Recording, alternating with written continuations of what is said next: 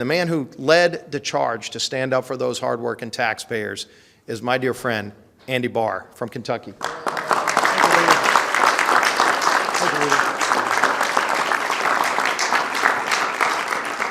Thank you, Mr. Leader, and thank you, Mr. Speaker.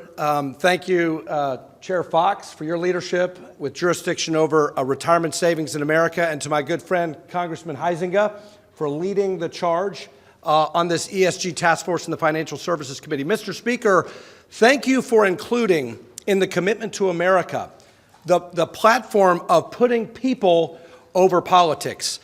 And Mr. Leader, thank you for bringing to the House floor this resolution disapproving of this woke Department of Labor regulation that does just that, puts politics ahead of people and retirement security. And this is a big deal for American workers and future retirees, because the gap between what Americans have saved for retirement and what they're going to actually need for retirement is $3.8 trillion.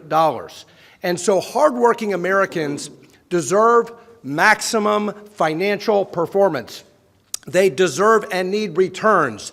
They don't need a regulation from Washington that steers them into higher fee, lower performing, less diversified funds. And that's what these so-called ESG funds are. They are less diversified.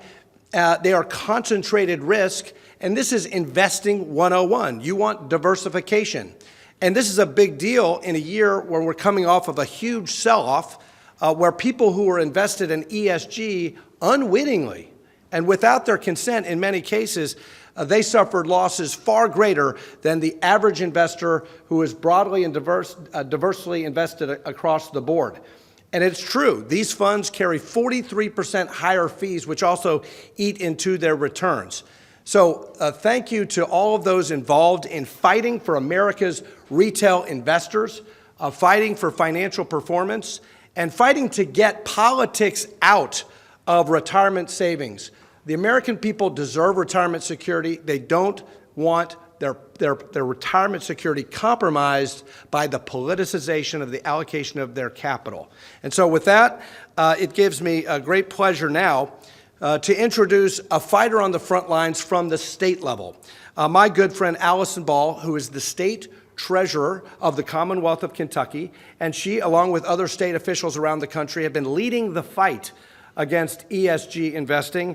And so at this point in time, I'd like to bring to the podium our great state treasurer, Allison Ball.